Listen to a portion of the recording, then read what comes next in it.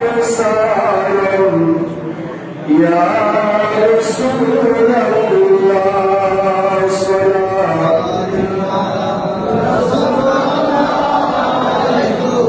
سلام يا حبيب الله.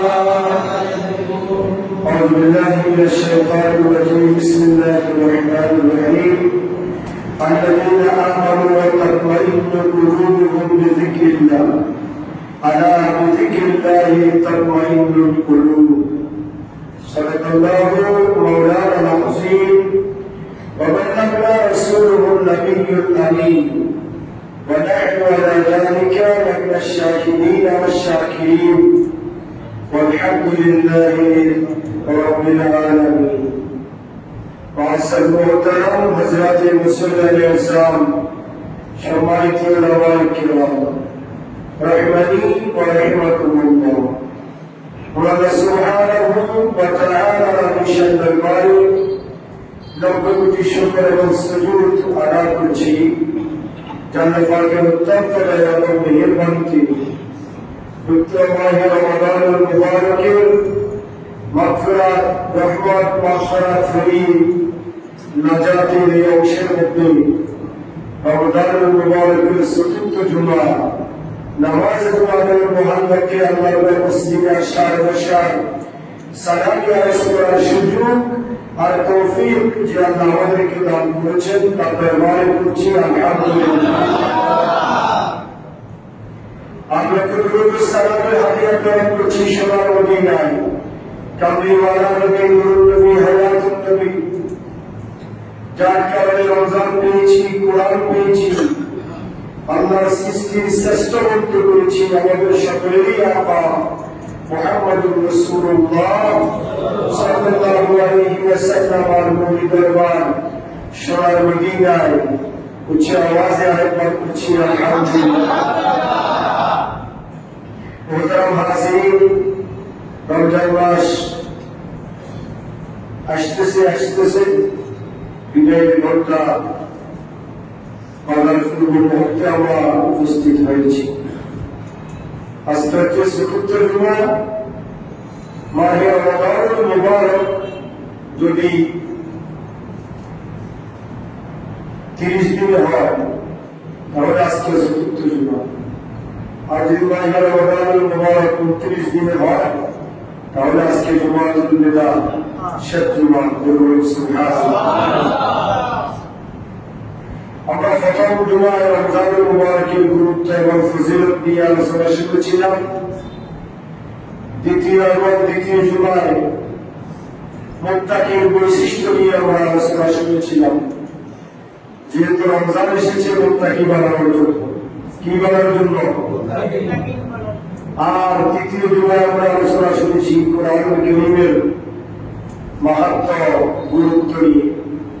একই ধারাবাহিকতায় আজকে হচ্ছে 23তম রমজান। যে আয়াতে কারিমা শরীফ আমাদের সম্মুখে তিলাওয়াত করেছি কোরআন কারীমের 13 পারা সূরা রাহমের 28 নম্বর আয়াতে কারিমা। যেহেতু রমজান আমাদেরকে মুত্তাকি বানানোর জন্য এসেছে, আর এই রমজান আমাদের অন্তরের প্রশান্তির একমাত্র কারণ। আলহামদুলিল্লাহ। আর মানুষের অন্তরে আল্লাহর প্রশান্তি আসবে, শান্তি স্বস্তি আসবে কিসের কারণে? আল্লাহ রাব্বুল আলামিন হাকামুল হাকিমিন সে ব্যাপারে বলছেন, আল্লাযীনা আমানু ওয়া তাতমাইন্নু কুলুবুহুম বিযিকরিল্লাহ। যারা ঈমান আনয়ন করেছে তাদের অন্তরে প্রশান্তি আসা, শান্তি আসার একমাত্র মাধ্যম হচ্ছে আমি আল্লাহর স্মরণ, আমি আল্লাহর জিকির। সুবহানাল্লাহ।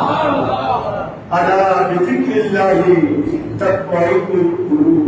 আল্লাহ বলছেন, বান্দা সাবধান, তোমার অন্তরে পিয়ার আসবে, প্রশান্তি আসবে, তুমি অন্তরের দিক থেকে শান্তি পাবে, আমি আল্লাহর প্রযুক্ত লাভ করতে পারবে। সেটা হচ্ছে একমাত্র আমি আল্লাহর স্মরণ, আমি আল্লাহর জিকির। সুবহানাল্লাহ।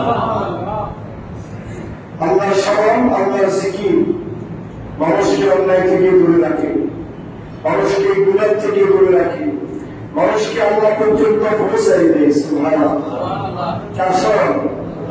আল্লাহর স্মরণ। আমরা তো জিকির বলতে মনে করি শুধু ইল্লাল্লাহ, আল্লাহু লা ইলাহা ইল্লাল্লাহ। এটা এই তরিকতের তাসাব্বুহের কিছু সিলসিলা অনুযায়ী কিছু জিকির, কিন্তু অন্তরের মূল জিকির হচ্ছে সদাসর্বদা 24 ঘন্টা বান্দা যাকে স্মরণ করবে তিনি কে? আল্লাহ।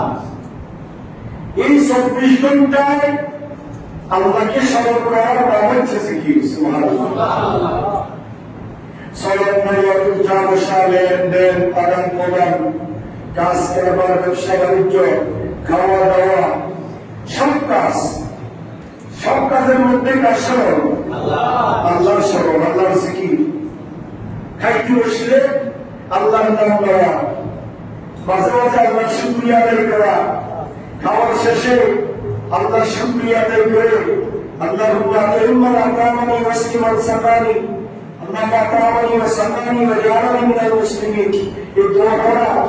বাথরুমে যাইতে দোয়া পড়া, বাথরুম থেকে বের হয়ে আসতে দোয়া পড়া, ঘুমের বিছানায় উঠে দোয়া পড়া, ঘুম থেকে উঠতে দোয়া পড়া, গোসল করতে দোয়া পড়া, সব কাজে দোয়া দিল্লার মাধ্যমে সারাদিন অতিবাহিত করা। এটা হচ্ছে জিকিরুল্লাহ, আল্লাহর জিকির করুন। সুবহানাল্লাহ। আর আল্লাহর জিকির যার অন্তরে সাথ থাকবে সে আল্লাহর নৈকট্যবান বান্দাদের অন্তর্ভুক্ত হবে, সে আল্লাহর খাস বান্দাদের অন্তর্ভুক্ত হবে, আল্লাহর ওলিতে পরিণত হবে। আর যে সবসময় আল্লাহর জিকির নিয়ে নিজের কলমকে তাজা রাখবে, আল্লাহ রাব্বুল আলামিন হাকিমুল হাকিমিন বলেন যে কালকে আমাদের কঠিন ময়দানে মুসিবতের সময় ওই সমস্ত বান্দারা আমি আল্লাহর নিকটে থাকবে। সুবহানাল্লাহ। আল্লাহ রাব্বুল আলামিন ইরশাদ করেছেন, আর আবি হুরায়রা রাদিয়াল্লাহু তাআলা আনহু আন্নাহু قال قال رسول الله صلى الله عليه وسلم سبعة يظلهم الله في ظله يوم لا ظل إلا ظله। কাল কিয়ামতের কঠিন ময়দানে, হাশরের ময়দানে আদম ও সফিউল্লাহ থেকে ঈসা রূহুল্লাহ পর্যন্ত লক্ষ লক্ষ নবী রাসূল, তাদের কোটি কোটি উম্মত হাশরের ময়দানে উপস্থিত হবে। কথা বলেন ঠিক কিনা? কোথায় উপস্থিত হবে? হাশরের ময়দানে। এই হাশরের ময়দানে সবাই উপস্থিত হবে। 12 সূর্যের কিরণ এক মুঠোর মাথার উপরে থাকবে। কয় সূর্য? কয় সূর্য? এখন সূর্য কয়টা? কোটি কোটি মাইল উপরে, ঠিক কিনা? তারপরে তার কিরণ প্রচন্ড গরম, আমরা স্থির হয়ে যান। এসি লাগে, এয়ার কন্ডিশন লাগে, গাড়িতে, বাড়িতে, অফিসে, আদালতে, ঠিক কিনা? আর সেই দিন এক প্রচুর মাথার উপরে একটা টাইম বারোটা সূর্য কি দিবে? তাপ দিবে, কিরণ দিবে। মানুষ নিজেদের গ্রামের মধ্যে নিজেরা সাঁতার কাটবে, হাঁটবে, কাটবে। সেই কঠিন মুসিবতের সময় আল্লাহ রাসূল আমাদেরকে শুভ সংবাদ দিয়েছেন, উম্মতে আমার সাবাতুন ইযুল্লুহুল্লাহু ফি জিল্লি ইয়াওমা লা জিল্লা ইল্লা জিল্লু।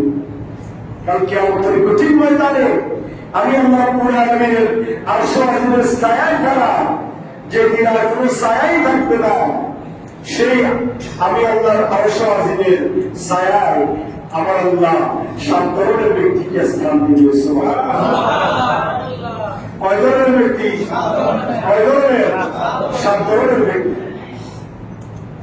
সেখানে আদম ও সফিউল্লাহ থেকে ঈসা আবার আপনার নবী মুহাম্মদুর রাসূলুল্লাহ সাল্লাল্লাহু আলাইহি ওয়াসাল্লাম পর্যন্ত সমস্ত নবীগণ তাদের উম্মতরা থাকবে। কিন্তু 7 ধরনের উম্মতকে, 7 ধরনের বান্দাকে আল্লাহ রাব্বুল আলামিনের স্পেশাল আরশ আজিমের ছায়া, যেখানে নাতিশীতোষ্ণ এসি ফিট থাকবে, এয়ার কন্ডিশন থাকবে, আল্লাহর আরশের ছায়ায় সেদিন 7 ধরনের বান্দা স্থান পাবে। সুবহানাল্লাহ। দেখি আমরা সেই 7 ধরনের 1 ধরনের আছি কিনা।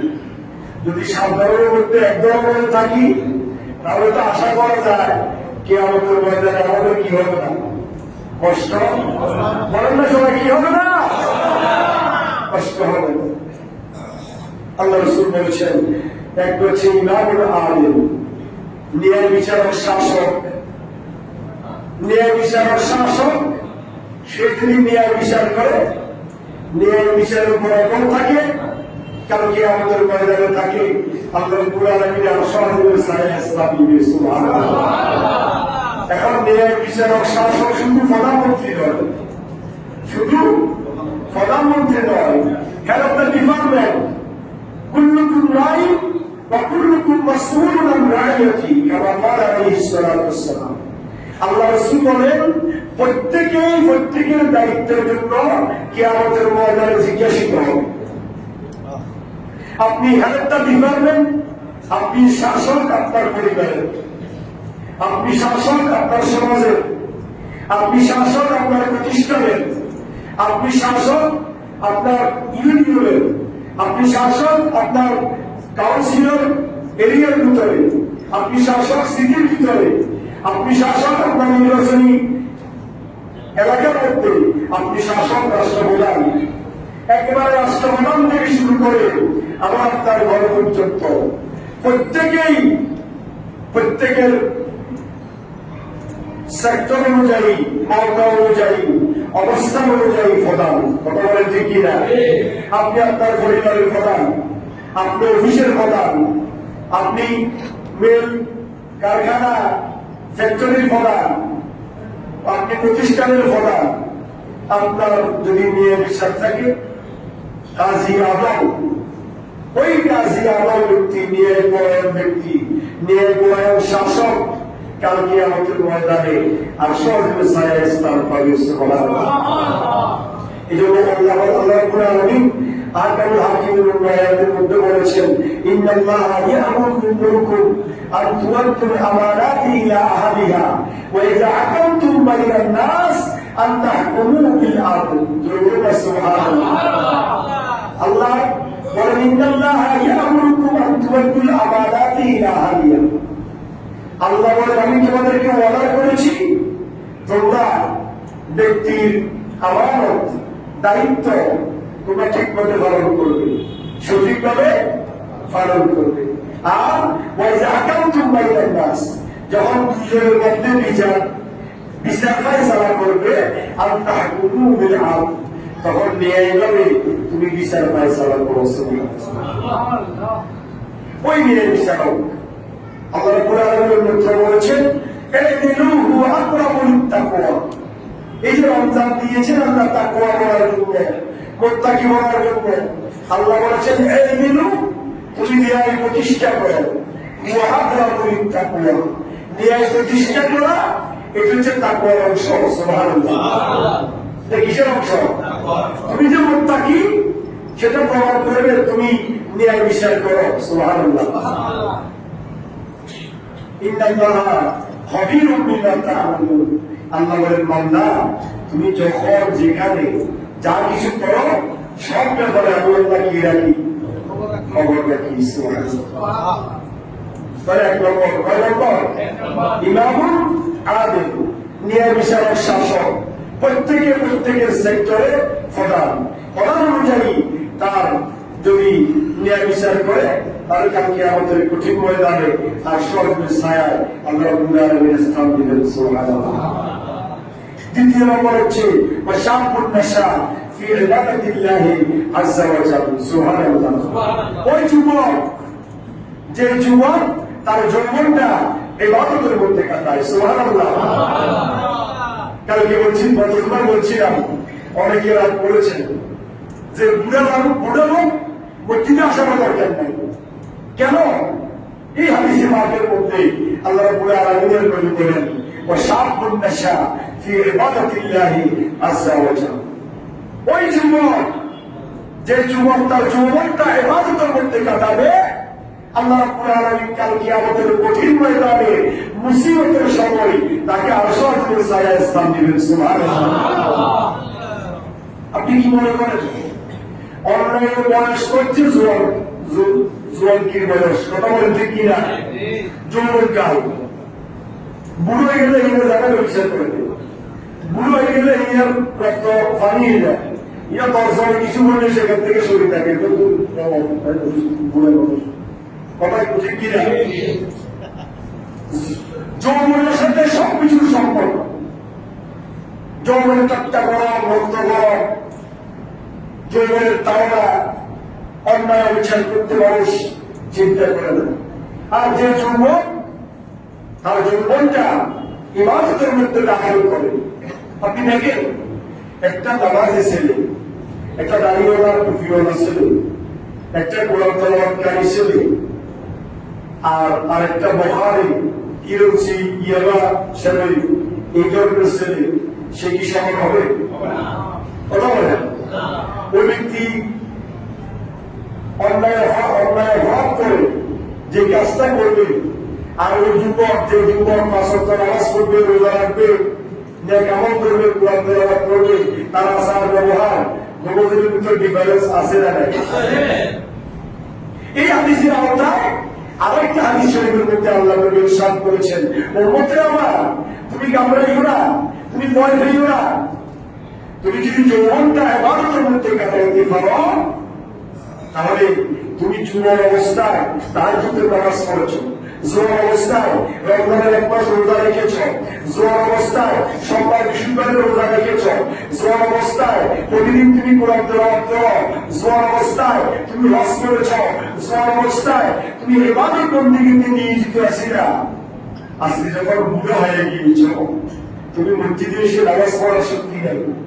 আজকে যখন বুড়ো হয়ে গিয়েছ, তুমি কোরআন তেলাওয়াত করার শক্তি নাই। আজকে যখন বুড়ো হয়ে গিয়েছ, সোমবার বৃহস্পতিবার রোজা রাখার শক্তি নাই।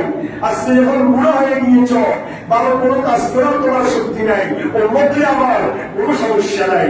তুমি যে জোয়ান অবস্থায় মসজিদে গিয়ে নামাজ পড়েছ, তুমি যে জোয়ান অবস্থায় সোমবার বৃহস্পতিবার রোজা রেখেছ, তুমি যে জোয়ান অবস্থায় আল্লাহর কোরআন তেলাওয়াত করেছ, আল্লাহ কোরআন আহকামুল হাকিমিন, এখন বুড়ো অবস্থায় সেগুলো করতে না পারলেও তোমার আমলনামার মধ্যে গড়ে নামাজ পড়বে, কিন্তু মসজিদে গিয়ে নামাজ পড়লে যে সওয়াব, সেই সওয়াব তোমার আমলনামার মধ্যে লেখা হবে। সোমবার বৃহস্পতিবার সারাদিন পেট ফুলে খাবে, কিন্তু তুমি সোমবার বৃহস্পতিবার রোজা রেখে যে সওয়াব, সেই সওয়াব তোমার আমলনামায় পৌঁছবে।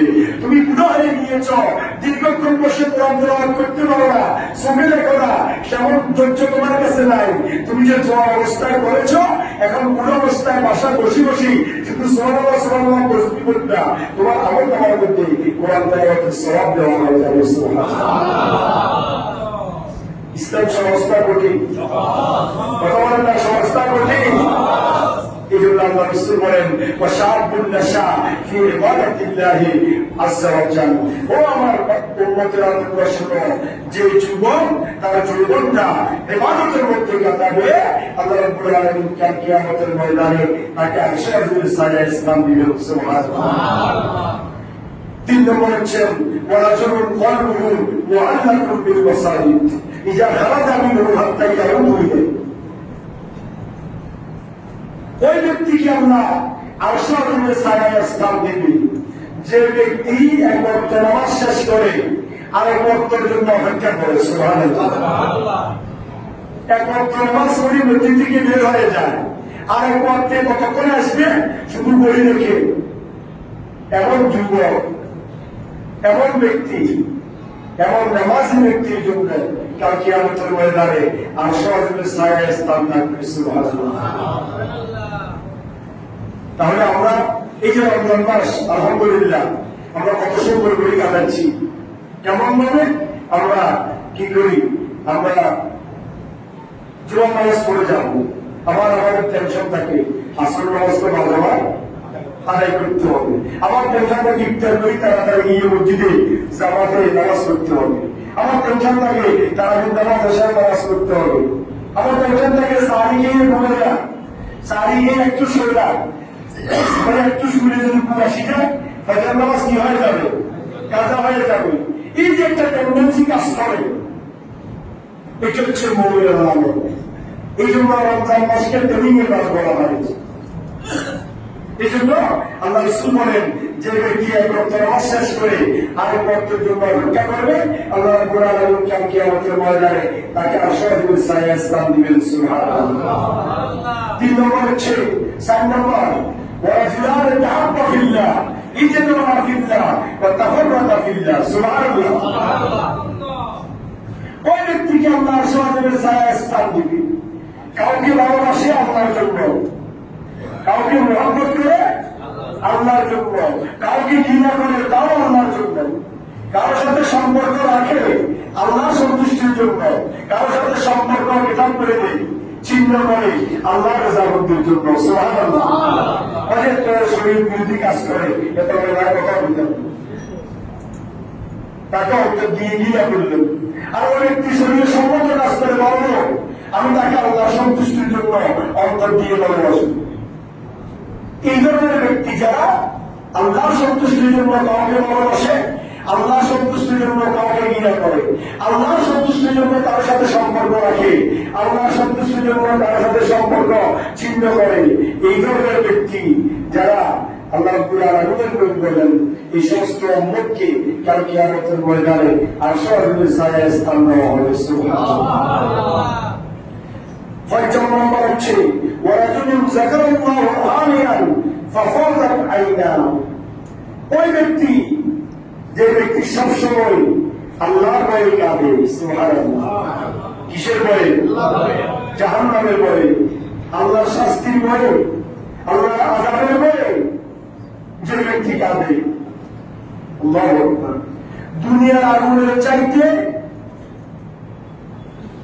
আরো কোটি গুণ ফল বেশি হবে আখিরাতের জাহান্নামের আগুন।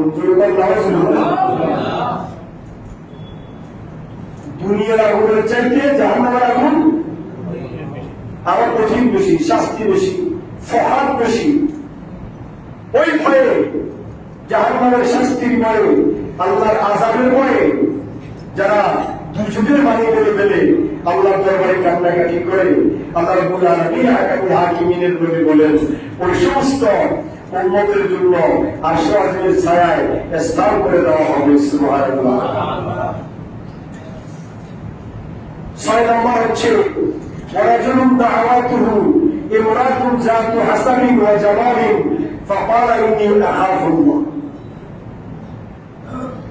6 নম্বর ব্যক্তি, ওই ব্যক্তিকে আল্লাহ আরশের ছায়ায় স্থান দিবে, ওই নারী অথবা পুরুষ, যে নারী অথবা পুরুষ নারীকে কোন পুরুষ অপকর্ম করার জন্য আহ্বান করে, কোন পুরুষকে কোন নারী অপকর্ম করার জন্য আহ্বান করে, তখন সে বলে ইন্নী আখাফুল্লাহ, আমি আল্লাহকে ভয় করি, আমি যারা বিষয়ে লিপ্ত হতে পারবো না, এটা গুনাহ হবে, এটার জন্য শাস্তি হবে।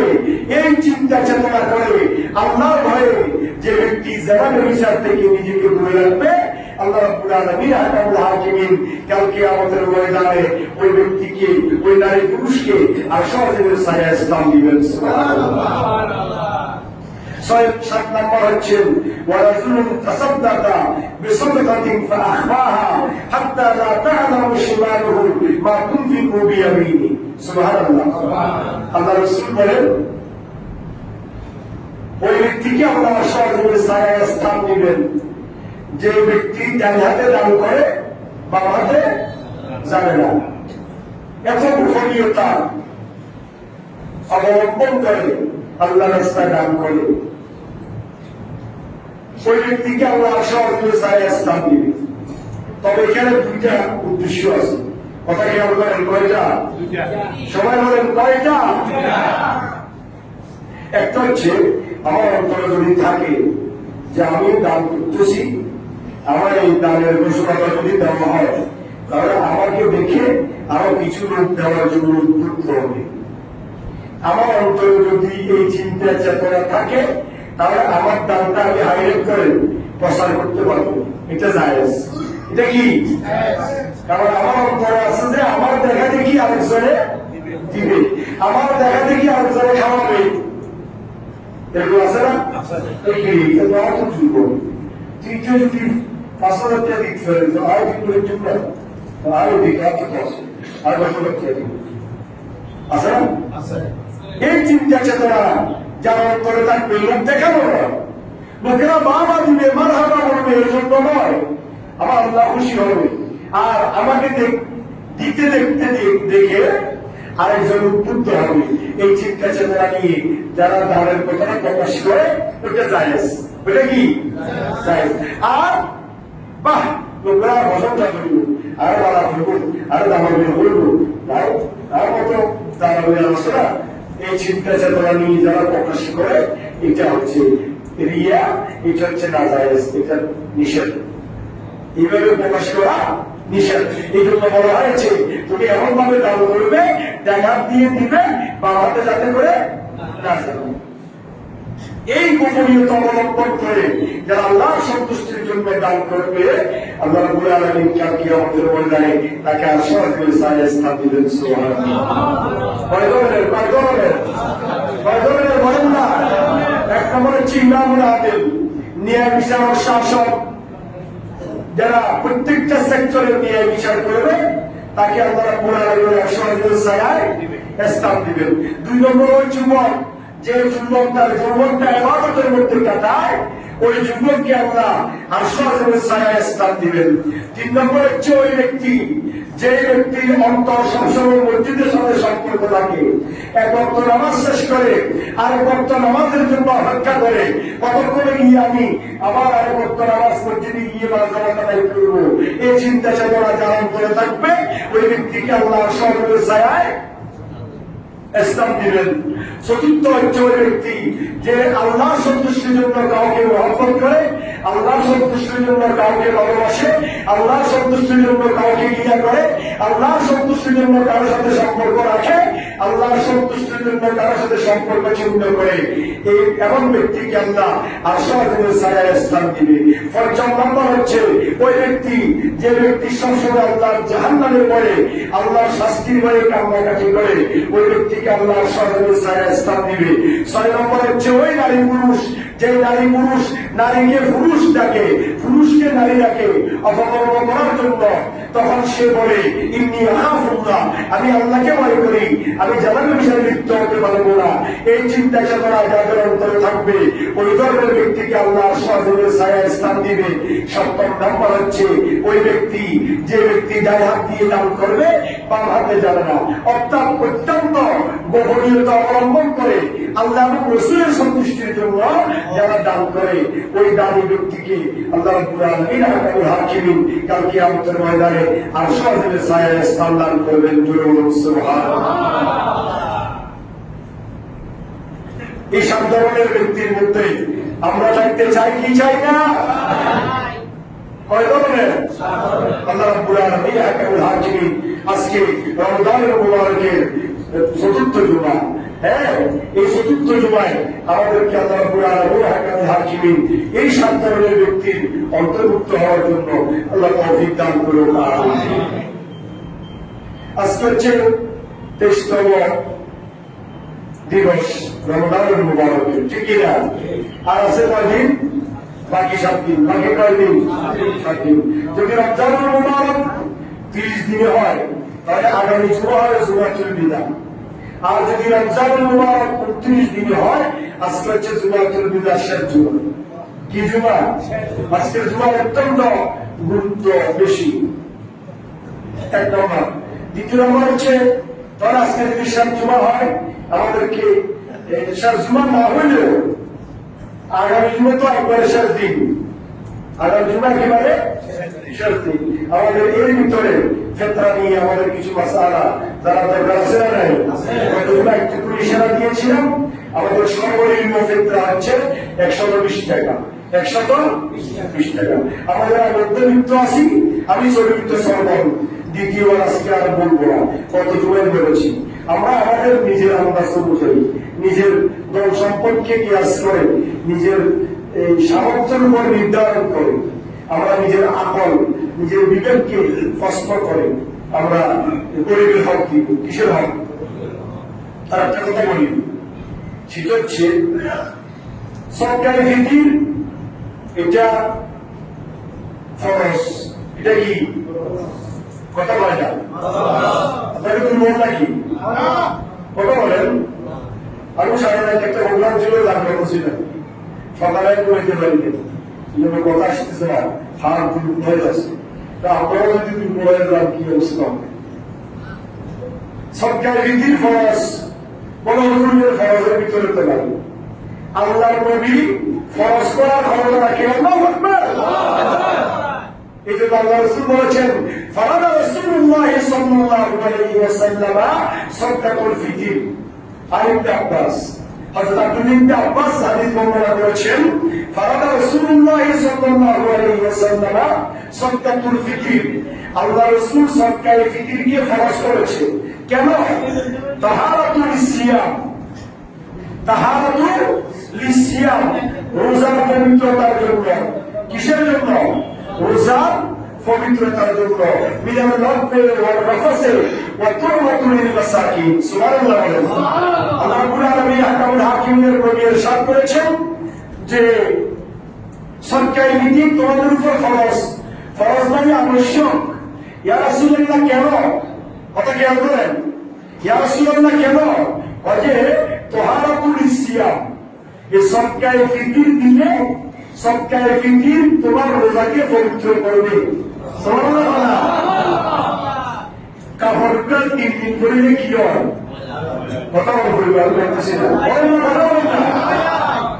কাফরটা 3 দিন পড়লে ঈদের থেকে আহ্বাস করেন পড়ে কি কিয়া সাবান কিনে পড়ে, সার্ভেক্সর কিনে পড়ে, কষ্ট করে তুল পড়ে, লন্ডন তল পড়ে, আয়রন তল পড়ে, উত্তর আমাদের একসাথে করে কি হয়ে যায়?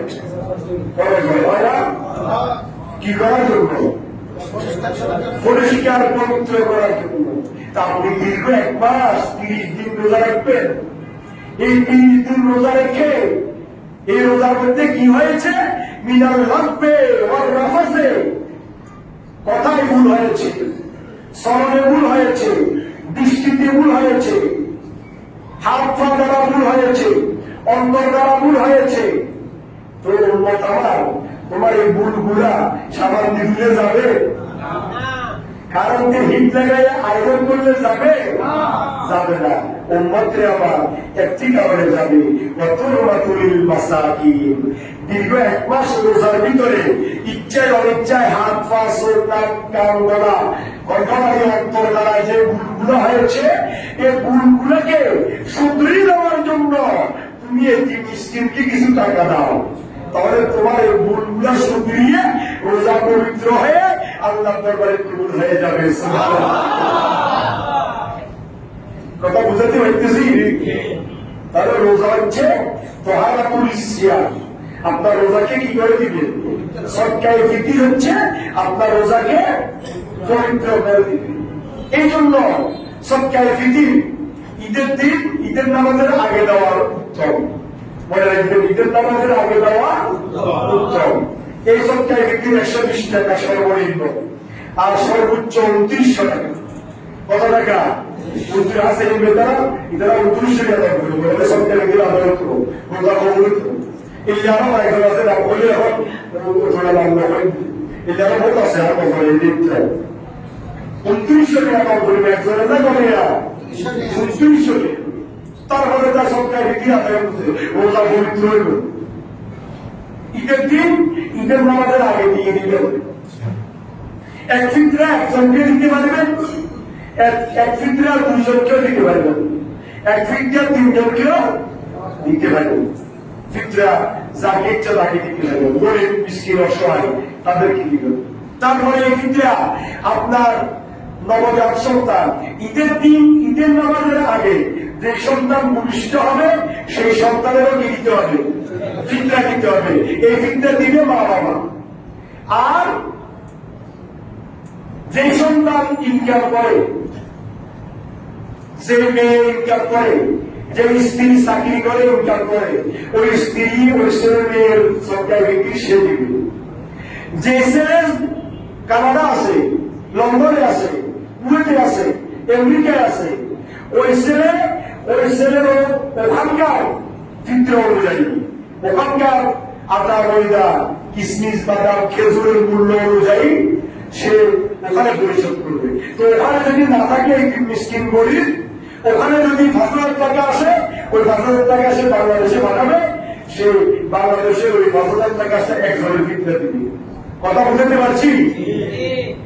ক্লিয়ার না হলে বুঝে নেবেন, কারণ ফিতরাটা রোজার পবিত্রতা আমাদের রাখবেন। রোজা কবুল হওয়ার আরেকটা মাধ্যম হচ্ছে সদকায়ে ফিতর, সদকায়ে ফিতর, এই জন্য এটা ঠিক রাখবেন। আর আপনি সিটার থাকেন, আপনার বাড়ি ফেরি, নোয়াখালী, কুমিল্লা, ঢাকা, বঙ্গবাড়িয়া, এখন আপনি চিন্তা করলেন আমার একটা স্বাস্থ্যময় আছে গরিব, তা আমার ফিতরা গুলো আমি আমার স্বাস্থ্যময় দিতে চাই। তখন আপনি কি করবেন, ওই ফিতরা যদি 120 টাকা এই বিকাশে পাঠাতে যান, আমার খবর আছে মাইনে চলবে, ঠিক না? তো আপনি আপনার থেকে যাবেন, নাহলে তার থেকে যাবেন। তো ওইটা চিন্তা করি আপনি বললেন যে আমার 120 টাকা আমার ওই আব্দুল্লাহ আমার স্বাস্থ্যময় তান্দুল রাখি দিলাম, ব্যাগের এক কোণা আলমিরার এক কোণা রাখি দিবেন, যেদিন যাবেন সেদিন তাকে পৌঁছাই দিবেন। কথা বুঝতে পারছি? সদকায়ে ফিতর ঈদ উল ফিতরের আগে শেষ করবেন। এটির মিষ্টি অসহায়কে দিবেন, নিজ নিজ সামর্থ্য অনুযায়ী দিবেন। সদকা যত বেশি দিতে পারেন তত লাভ। এই সদকায়ে ফিতর যদি আমরা আদায় করি, তাহলে আমাদের রোজার যে বিঘ্নতা ঘটেছে, ভুলভ্রান্তি হয়েছে, সেগুলো কি হয়ে যাবে? আলহামদুলিল্লাহ। তো এখানে আপনাদেরকে বলে দিচ্ছি, আমাদের সমাজ কল্যাণ পরিষদে দুস্থ কল্যাণ তহবিল আছে। আপনারা জানেন প্রতি বছর আমাদের সমাজ কল্যাণ পরিষদের বাইরা দুস্থ কল্যাণ তহবিলের জন্য গরিব মিসকিনদের একটা ফান্ড ওরা জমা করে। এটি মিসকিন এলাকার অসহায় গরিব গোড়াবার বিভিন্ন কাজের আঞ্জাম দেয়। তো তারা এই ফিতরা উঠান, তারপরে চামড়ার টাকা উঠান।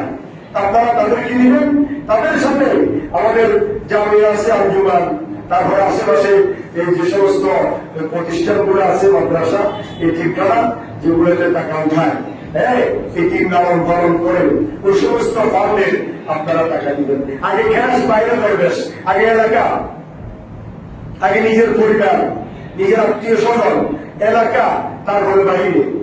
কথা বুঝতে পারছি? এটা মাথায় রাখবেন। ওই হিসাবে আপনারা সদকায়ে ফিতর দিবেন। সমাজ কল্যাণ পরিষদ, দর্শক কমিটি, আঞ্জুমান, জামিয়া, নেসারিয়া, ফরুদ্দিন সাহেব, আশেপাশে যারা বসবে তাদেরকে, যারা চাইবে তাদেরকে দিবেন। কিন্তু আগে অগ্রাধিকার সমাজের দুস্থ কল্যাণ যারা, গরিব যারা, নিজের আত্মীয় স্বজন যারা, তারা এগুলো মাথায় রাখবেন। যৌথ ভূমিকা আঞ্জুমান এবং সমাজ কল্যাণ পরিষদ একসাথে টাকা উঠতে হবে। আপনারা এক জায়গায় দিলে আঞ্জুমানও পাবে, আবার সমাজ দুস্থ কল্যাণ করবে, সমাজের তারাও পাবে। তারা এবার একসাথে যৌথভাবে উঠেছে। এবার আপনারা দিবেন, শুধু ফিতরা আমার সবটা দিবেন, এটা বলে দিলাম। দেওয়ার ক্ষেত্রে কার্যকরতা করবেন না।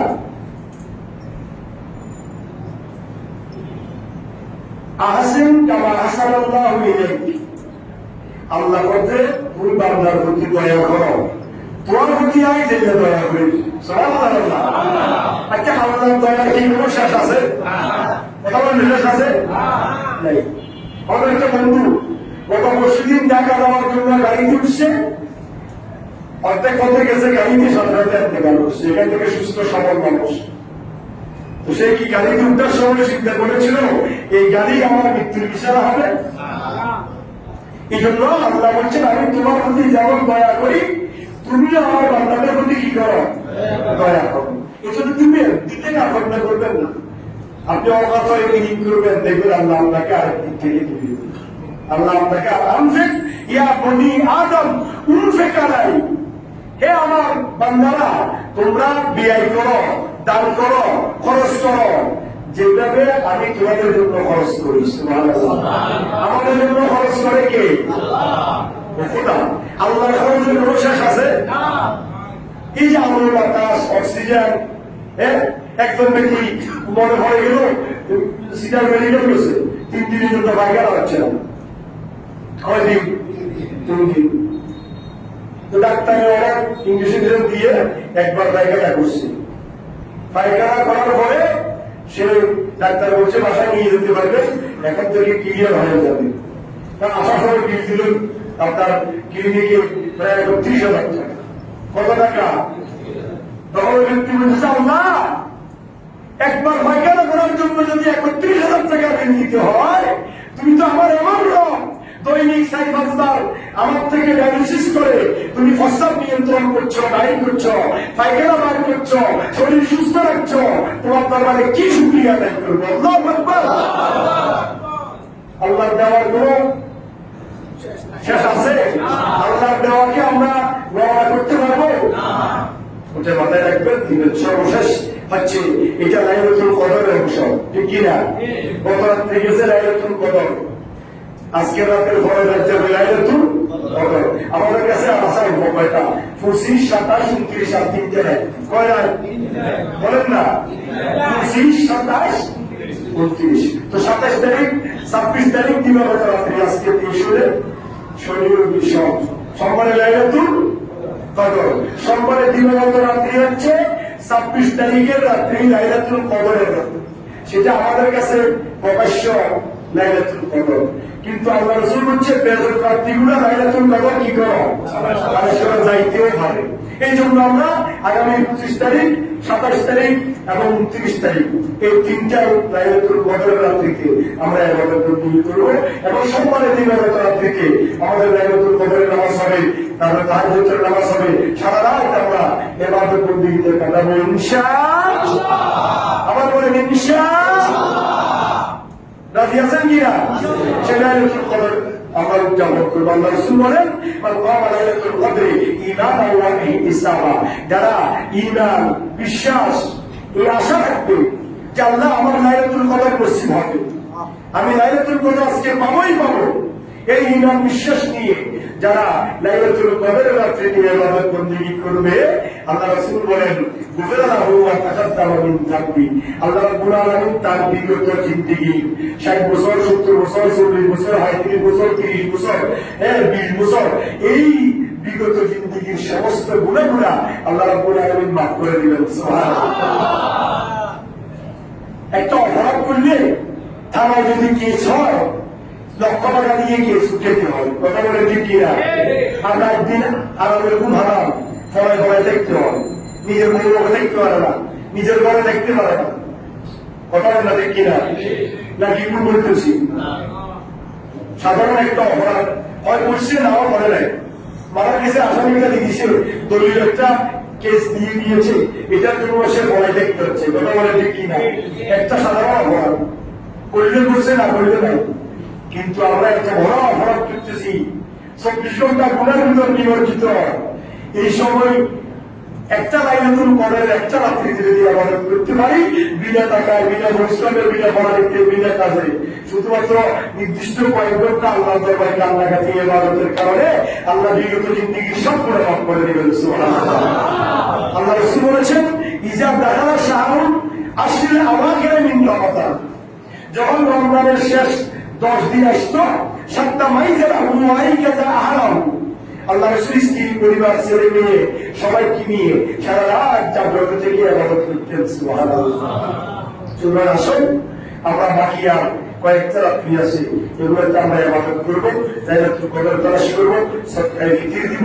এই সমস্ত মাসলা মাসায়েল আরো যদি কোনো কিছু জানার দরকার হয় আমার দ্বারা মধ্যে আসবেন, ইনশাআল্লাহ ক্লিয়ার করে দিব। তো আজকে হচ্ছে না, সে জুমা আশা করছি। আমি ওদের একটা ভিডিওতে দেখছি, সেটা হচ্ছে সৌদি হেলাল কমিটি এবং আরব আমিরাতের হেলাল কমিটি, এখানে মুফতি, গ্র্যান্ড মুফতি, তারা একটা নির্ধারণ করে বের করেছেন আরব আমিরাত, মিডল কান্ট্রি গুলোকে শুক্রবারে ঈদ হবে। তাহলে শুক্রবার যদি ওই সমস্ত কান্ট্রিতে ঈদ হয়, তাহলে আমাদের এখানে তো অলরেডি শনিবারেই হবে, একদিন পরে যেতে হয়। ওই সময় আশা করছি আমরা আগামী জুমাতুল বিদা হিসেবে পাবো। তারপরেও যদি জুমাতুল বিদা আজকেই হয়ে যায়, সাথে সাথে তো কারোর সাথে কোনো কথা নাই, কারো হাত নাই, ওই হিসাবে আমরা ঈদুল ফিতরের জামাত আমাদের এই মসজিদে অনুষ্ঠিত হবে সকাল 8:30। সকাল 8:30 ঈদুল ফিতরের জামাত অনুষ্ঠিত হবে। আমরা নির্দিষ্ট সময়ে ইনশাআল্লাহ চলে আসবো। ফজর নামাজ ঈদুল ফিতরের দিনের পর জামাত করবেন, নামাজ পড়ি এই মিষ্টি জাতীয় কিছু খাবেন, খেয়ে তারপরে আপনি এই ঈদের জন্য মুখ কাটবেন, শেভ করবেন, তার শরীর পরিষ্কার করবেন, পরিষ্কার জামা কাপড় পরিধান করে এক রাস্তা দিয়ে আসবেন আর এক রাস্তা দিয়ে যাবেন। ইনশাল্লাহ ঈদের দিনে সুন্নত গুলা আগামী জুমা যদি সুযোগ পাই বলবো, আর যদি নাও পাই আমরা ঈদের দিনে সুন্নত গুলা পালন করবো। আল্লাহ আমিন আমাদের সবাইকে কবুল করুন। আমিন। আমাদের এই আসসালামু আলাইকুম।